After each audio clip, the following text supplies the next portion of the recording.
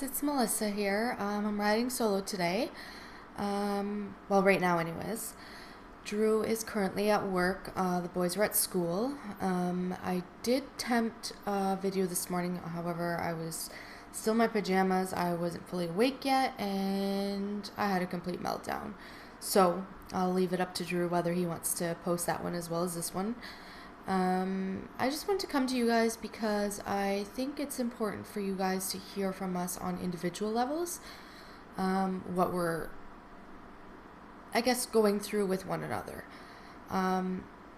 Drew said it best last night. He used the words, "I've never been so close to somebody, yet so far from somebody, and I feel so alone." That is the reality of what we're going through right now. I'm going to talk more about that in a bit. Again, I do have D.I.D, so remember I'm all over the map. I want to talk about my morning, how that went. So I started new meds last night. I was told by the pharmacist they are going to interact with my other sleeping pills or antipsychotic pills, and to be very careful. So I went to bed a little nervous about that. They told me that if I couldn't breathe or I just wasn't feeling normal and it's going to make my moods 10 times worse, to immediately call an ambulance. That being said, a little tricky to go to bed at that time. I did eventually fall asleep and I had a decent sleep. This morning, every morning I wake up and drive Drew to work because we're down to one vehicle right now. So this morning I drove him to work, got home, did some cleaning, got my little guy off to school, and then decided to try to record this video. Didn't pan out. Then I went to, I had an appointment this morning for second career. So my second career application is now filed. So we're just waiting here for an answer, and maybe I'll be returning to college this September, which is super exciting, something to look forward to, because to be completely honest, I have not been able to commit to anything pretty much my entire life. So now that I'm in the process of healing and integrating my alters, I think that having something to look forward to is very important at this time. So, fingers crossed. We are really hoping that this pans out and I'm going to be back to school in September. I did start upgrading right before the holidays to get my grade 12 education. Unfortunately, I only have a grade 9 education.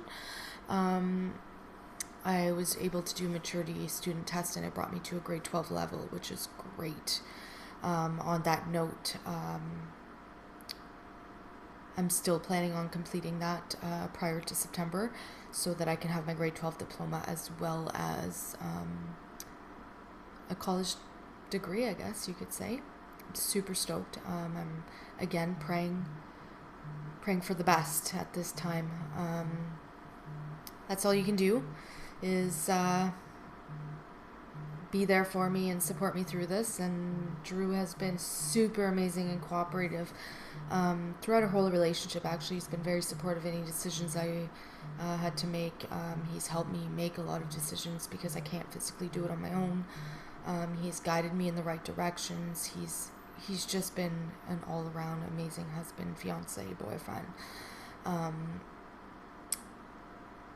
Again, I do have a couple alters that have severe trust issues. So on that note, always defensive, always on the defense, always trying to protect me.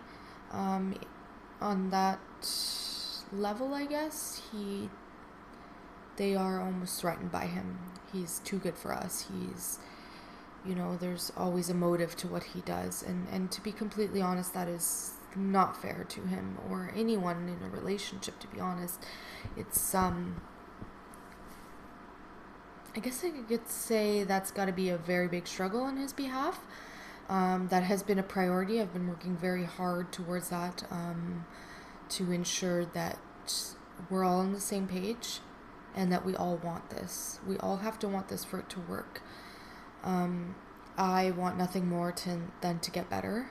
I want nothing more than to spend the rest of my life with Drew. He is everything I've ever wanted, everything I've ever dreamed of. He is my knight in shining armor, regardless of everything else. everything that's gone on, all the struggles, all the trauma, all the lies, and again, I can't touch too much information based on the last few months due to we're not complete our the call. We haven't completed those videos yet. Those have been very challenging. That's why I'm kind of here today to discuss what it's like being me in this situation. If you guys watch part 1 and 2 of those, again, we've quit smoking, so I'm still on the e-cigarette. So you'll see, I'm gonna be utilizing that to get through this video. To be completely honest, it's if you guys see take 1, it was horrible, like absolutely horrible. I was a mess. I couldn't barely get through words at times. So yeah, I'm gonna walk you through what happened last night, how today's going, and the real day-to-day struggles that you guys don't see. You guys may hear about, you guys may witness, but you don't actually live it. So I'm bringing it to you, real life, my feelings towards it all, and my struggles. I can't speak on Drew's behalf. I can just speak on what I see on Drew's behalf. So that being said, I'm hoping that tonight he creates his own minor kind of contradicting or talking on my notes, I guess you could say, and I hope that you guys have an understanding of what we go through. If you guys have any tips, any advice, any strategies I can utilize, please comment below. That's what I'm looking for. That's what the whole process of this is for us to look for help, tips, advice, anything you can give us to help us through our day-to-day. Again, it has been a real struggle for both of us, and we need help. When I went and said earlier that we are two people that are so close yet so far apart and so alone, that's how I'm feeling today. So I will start by explaining what happened, and we'll go from there. So when Drew recorded his part 1 video of the call 2 nights ago, we were up all night. The videos were, number 1, he struggled with the first recording, which is why he ended it. Number 2, part 2 was, he did great. He did much better. He didn't seem to be, I think that he had seen what had happened. I think that opened his eyes. That happened to me the other day as well. So I know that feeling, and it's actually very therapeutic to know and see what you're actually doing to the other person without realizing. So he did much better, but then the video screwed up as he was trying to upload it. It was like a downfall after downfall, and everything wasn't working out. We stayed up really late trying to get everything completed. Didn't pan out, so we ended up going to bed without part 2 uploaded to YouTube. Then yesterday morning, we woke up early enough. I was gonna go grab my meds at the pharmacy, my new prescription, and he was working on the laptop on trying to get this video uploaded and figure out what happened to the audio. So I went to go leave and go get my meds, and it had snowed a lot the night before, so I got stuck in the snow. Like, I couldn't move. I was like on top of the snow in the parking lot. So I texted him. He came out to help me because he's awesome like that. He's always there to help me in those situations if he can. And it was fucking cold. So he came out there, tried to help me. I wasn't moving. It was stuck, like really stuck. So we came back in. I called Enterprise because it is actually a rental car, and got a tow truck to come and winch me out. So got out, which is great. That put a damper on my day. The fact that he couldn't get his videos working, that put a damper on his day. So when we both have that, it's not good. It's not that we fight. It's not that we yell at each other. It's not that we hate on each other. We don't argue. It's literally, we're both shut down. We are, I guess the word could be recharging. that makes a lot of sense if I put it that way. So what happens is the minorest thing will trigger us. I can only explain recent voice requests. Okay, Alexa, I wasn't talking to you. I'm willing to explain more of my actions. You can check the Alexa app for more information. Sorry, I'm just going to deal with Alexa. No, thank you, Alexa. So yeah. So I had a trigger, and then he had a trigger with the computer not working, me being stuck in the car, with the car. I didn't end up going to get my pills till about 7 o'clock last night.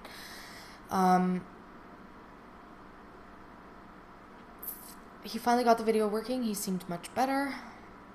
We ate supper together. He helped me cook dinner. It was good. We snapped out of it. However, I was still kind of on a roller coaster because my day didn't start very well. Yeah. I wasn't angry. I wasn't irritated. I wasn't being mean. Like, honestly, I was kind of shut down for the day. So we ended up watching TV together last night for a few hours anyways. I would try to cuddle him, I'd try to hold his hand, he wasn't having it. And I was like, fuck's sakes, he's in a low again. How do I get him out of that? So what we figured out is that however one of us is feeling, the other is going to feel the same way. So if I'm in a low, he's going to be in low. If he's in a low, I'm in a low. That is not healthy. One of us has to stay strong. One of us has to stay out of it. Now, unfortunately, I can't talk too much about it, but since the call, it has been low, high, low, high, low, high, low, high on both levels. The difference is that I'm able to suppress it. I have inner strengths, inner people that can help me get through these things. He doesn't have that. He has PTSD, so a brain that is overpowering his actual emotions and feelings. That being said, when he goes into a low, he goes in hard. He has no control of it. So my mission in those times is to help him out. Pull him out. Stop. Like, you can do this. You have the strength. Fight it. Don't go there. Please don't go there. And I beg. And deep down inside, I'm like, there are 17 of us who are just like, please don't go there. Like, I'm so scared because every time he goes there, then he wants to leave. And it's just like such a horrible roller coaster ride. Like, I'm not even kidding you. I don't ever want to go on a roller coaster again over this because it's not even his fault. That's the sad part. He's suffering with PTSD, so he can't control it. He has struggles in these times to fight it and stop it, and I get it. From the bottom of my heart, I understand it, but at times I get so frustrated because I'm just like, no, like, fight harder, like, don't do this. I don't want to go there again. I get really emotional over this because it's not his fault and I feel so bad for him. I just want to take it all away from him. I just want him to wake up and feel better. If I could take it all away, then I could, I have 17 people to help me process it. So if he would just let me take it all away, or I know he can't, it's impossible, but I just want to so bad. Like, it hurts. Anyways, he was starting to slip. We were watching a show about cheerleaders. These cheerleaders come from very horrible backgrounds, and they all came together as a cheer team. They're number 1 in the world, and they are phenomenal, and they gain their strength through each other and their coach, and they're a family, and it's just like, it was so amazing to watch. I had struggles with it as well. It was triggering me as well, and the simple fact that I just want what they have. I wish I would have been given that opportunity as a teenager to have that opportunity to change my life and do something good for myself. These kids come from all different backgrounds, and it was just phenomenal to watch. Absolutely phenomenal. They talked about their lives, and there was a lot of triggers, not just for me, but for Drew. Again, I can't talk too much on our history because that's going to be one of our episodes. I'm trying to pick and choose what I'm about to say here, so anyways, he was starting to slip. We went to bed. I came on really strong. Didn't pan out. We did cuddle for a while on the couch, and he doesn't know, but I fell asleep on him. But I've learned in those moments that it has to be on his terms. So if I tried to hold his hand, if I tried to cuddle, it's going to be straight up no. Usually he'll come out to me after a bit of time, after he's processed or whatever. He'll reach out to me to cuddle. So that's what happened last night. So he was messing with me, and then, he did what he could to get me to cuddle him. And so I cuddled, I fell asleep, but it was nice. And then when we went to bed, he was slipping. He couldn't stop it. So I asked why. Just tell me why. What happened? What was the trigger? He told me the show. I, in those times, have a hard time understanding it because the show was a trigger for me too, but I shut it off. He doesn't have those capabilities.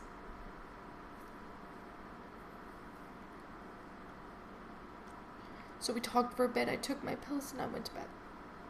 It took me a while to fall asleep because I was super nervous about the new medications, but I went to sleep holding him, reminding him that no matter how far we feel, I'm right here. I will always be here.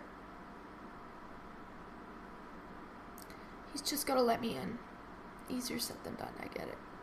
Those words are probably the hardest words for him to hear because I know he wants to let me in so bad, but he just can't.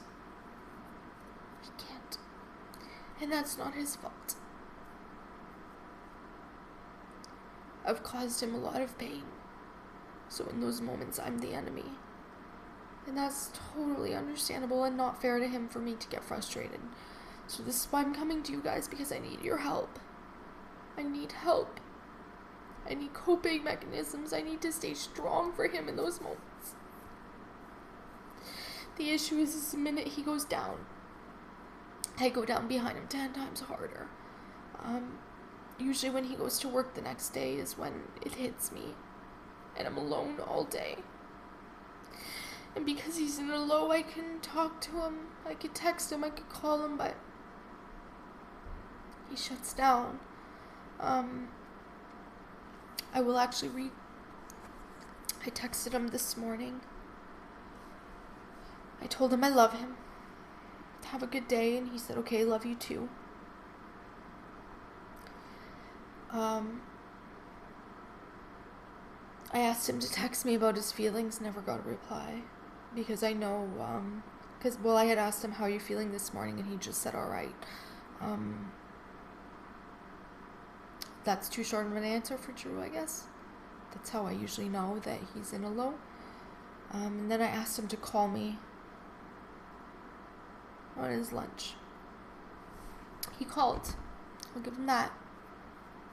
Did not want to talk. So then the process is, now he's at work beating himself up. And I'm at home beating myself up. I'm actually, change the subject, squirrel, but getting ready to go to my Voices for Women program today. Beyond excited. I actually look forward to these ones. My teacher, she's great. She's very understanding, very helpful. But nobody tells me how to deal with this. They just say, take care of you, focus on you. I'm so sick of hearing that. Because in order to take care of me and focus on me, I need to take care of my husband. My biggest support, my best friend, my teammate. We both need to be okay for each other. And how do I be okay when I know he's not? That is my biggest struggle every single day. When he's laughing and smiling and things are good, I'm good. I'm good. But the minute I know he's hating on me and he has no control over that, it scares the fuck out of me. It scares the shit out of me. I do not know what to do in those moments. At all. Like, I am in desperate need of help. I need to stay strong for him. I need to keep it together so that he can, if I can keep it together, I think that's going to help him in those moments. Because the minute that he takes 10 steps backwards, I take 30 steps backwards. When I take 30 steps backwards, then he's going to go backwards, not forwards. I don't know. I am desperately looking for help. If anybody has anything, I love him so much. I would do anything for him. Anything. It is the hardest thing to watch. The person you love suffer the way he is suffering. So now I understand what he means when he says for 5 years he fought something he had no control over and he didn't know what he was fighting, and it hurt so much. So much. It's my turn to experience it. The difference is PTSD is evil, and that's not his fault.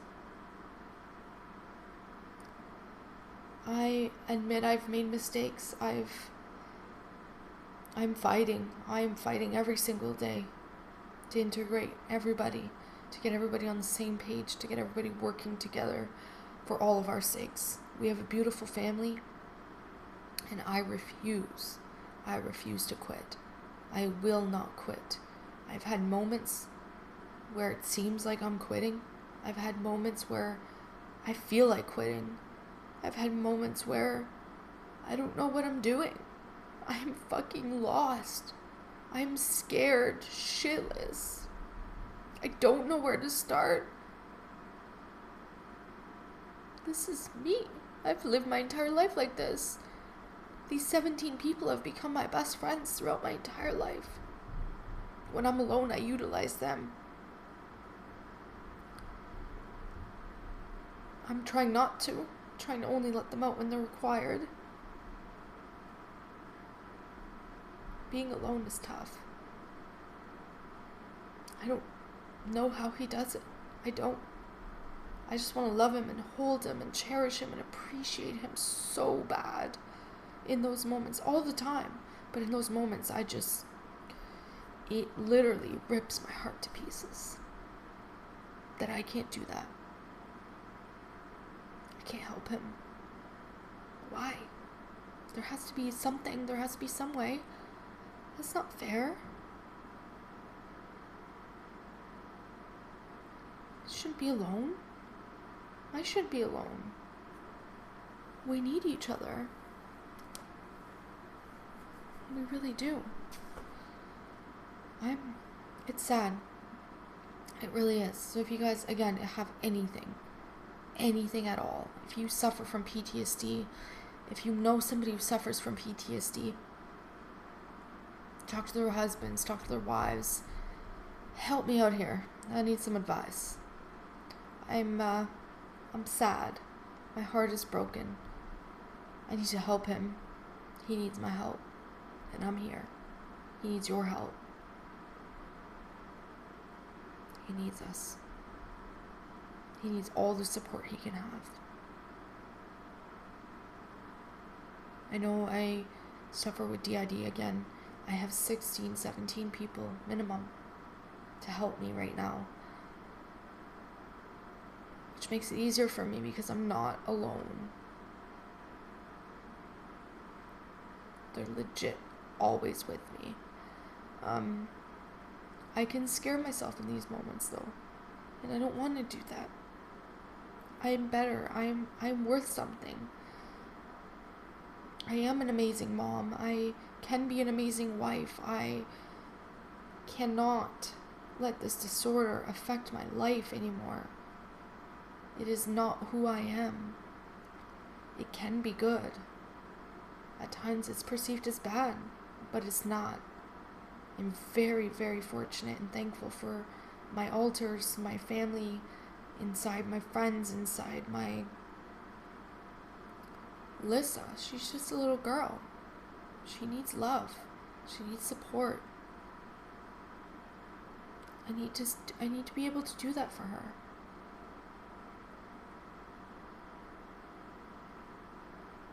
Every time I go backwards, she gets scared.